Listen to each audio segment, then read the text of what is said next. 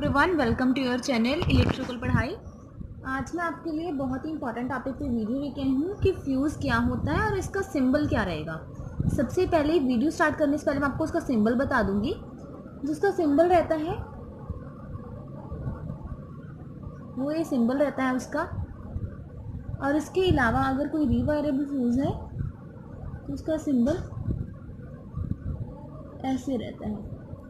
Hope आप सभी को सिंबल क्लियर हो गया होगा। और उसके बाद हम स्टार्ट करते हैं कि फ्यूज़ क्या होता है।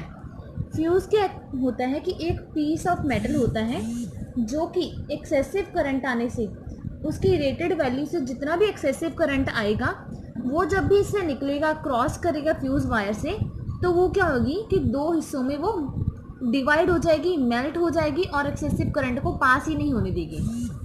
जैसे कि यहाँ पे मैंने इसकी डेफिनेशन लिख दी है। फ्यूज़ क्या रहता है, एक पीस ऑफ मेटल होता है, ऑलवेज सीरीज में कनेक्ट किया जाता है।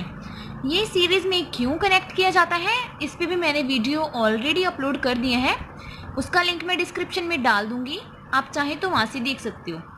वो क्यों मेल्ट करता है, जब भी एक्सेसिव करंट आता है सर्किट को ब्रेक करने के लिए। और उसमें सबसे मेन कंपोनेंट जो रहता है हमारी मेटल की वायर रहती है या फिर हमारे जो स्ट्रिप होते हैं वो हमारा सबसे इम्पॉर्टेंट जो होता है, एक इम्पॉर्टेंट रोल अदा करता है हमारे फ्यूज़ में। अंडर नॉर्मल कंडीशंस क्या होता है कि जो फ्यूज़ का टेम्परेचर होता है नॉर्मल कंडीशंस की ड्यूरिंग, फ्यूज़ टेम्परेचर जो रहता है हमारा वो नॉर्मल रहता है, ठीक है, नॉर्मल कंडीशंस के अकॉर्डिंग। या फिर आप कह सकते हो कि बिलो इट्स मेल्टिंग पॉइंट रहता है जब तक वो नॉर्मल है, विदाउट ओवर हीटिंग उसमें से सारा करंट फ्लो करता रहता है। लेकिन जब भी शॉर्ट सर्किट हो जाता है या फिर ओवरलोड हो जाता है तो क्या होगा कि एक्सेसिव करंट जो है वो फ्लो करेगा फ्यूज़ के थ्रू। जब भी वो फ्यूज़ के थ्रू फ्लो करेगा, जो फ्यूज़ होता है हमारा एक रेटेड वैल्यू पे अकॉर्डिंग लगाया होता है, उसकी एक रेटेड वैल्यू होती है। जब भी वो उसे कंप्लीट कर जाएगा तो क्या होगा, हमारा फ्यूज़ जो है वो मेल्ट हो जाएगा। क्योंकि एक्सेसिव करंट आने से क्या हो जाता है, वो हीट हो जाता है और हीट होने से वो मेल्ट हो जाता है। और इस तरह वो क्या करता है, हमारे जो भी एक्सपेंसिव इक्विपमेंट्स होते हैं या फिर हमारे जो भी मशीन्स होती हैं वो सभी की सभी प्रोटेक्शन जोन में चली जाती हैं, क्योंकि उनकी तरफ जो है हमारी इलेक्ट्रिसिटी नहीं पहुंचती है।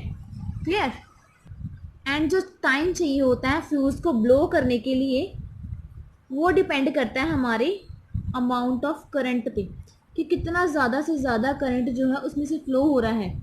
जितना ज़्यादा करंट होगा टाइम उतना ही ज़्यादा कम लगेगा उसे ब्लो करने के लिए। ऑटोमेटिक स्विच की तरह काम करता है, जब भी करंट आया ज़्यादा तभी इसने मेल्ट कर जाना है।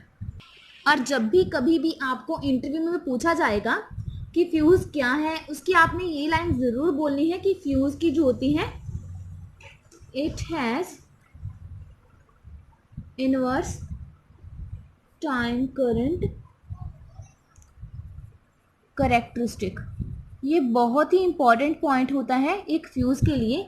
इनवर्स टाइम करंट करेक्टरिस्टिक्स ऐसे हैं, जैसे हमारा करंट है वो ज़्यादा है तो ये क्या है, इनवर्स हो जाएगा हमारा टाइम से। जैसे करंट बढ़ा टाइम उतना ही कम लगेगा, करंट बढ़ने से टाइम उतना ही कम लगेगा फ्यूज़ को बनाने के लिए। ये मैंने सिर्फ अपनी तरफ से आपको समझाने के लिए बताया है कि करंट ज़्यादा होने से टाइम उतना ही कम लगेगा उसे फ्यूज़ को ब्लो आउट करने के लिए। क्योंकि जो हमारा फ्यूज़ होता है वो करंट सेंसिटिव एलिमेंट होता है। Current sensitive element, piece of wire भी कह सकते हैं आप। यहाँ पर आप देख भी सकते हो, मैंने एक छोटा सा ग्राफ शो किया है जहाँ पे वाई एक्सिस पे मैंने करंट शो किया है और एक्स एक्सिस में मैंने टाइम शो किया है।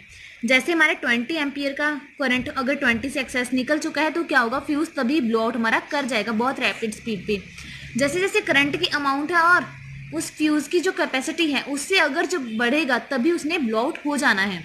होप आप सभी को इस वीडियो के थ्रू इतना तो समझ आ ही गया होगा कि फ्यूज़ की, एटलीस्ट आपको इतना पता लग गया होगा कि फ्यूज़ की वर्किंग क्या रहती है, क्यों ये ऑपरेट करता है और क्या मटेरियल का ये होता है। अगर आप चाहते हैं तो पेज का स्क्रीनशॉट ले लीजिए। वीडियो अच्छी लगी हो तो लाइक करना मत भूलिएगा, चैनल पे न्यू हो तो सब्सक्राइब जरूर कीजिएगा और साथ ही में बेल आइकन जरूर दबाइएगा जिससे आपको मेरी नई वीडियोस की नोटिफिकेशन मिलती रहेगी सबसे पहले। अगर आपको इस वीडियो में कोई क्वेरी रह जाती है या किसी और टॉपिक पे कोई क्वेरी है तो आप मुझे कमेंट सेक्शन में कमेंट करके पूछ सकते हैं। थैंक यू, मिलेंगे फिर से एक नई वीडियो के साथ।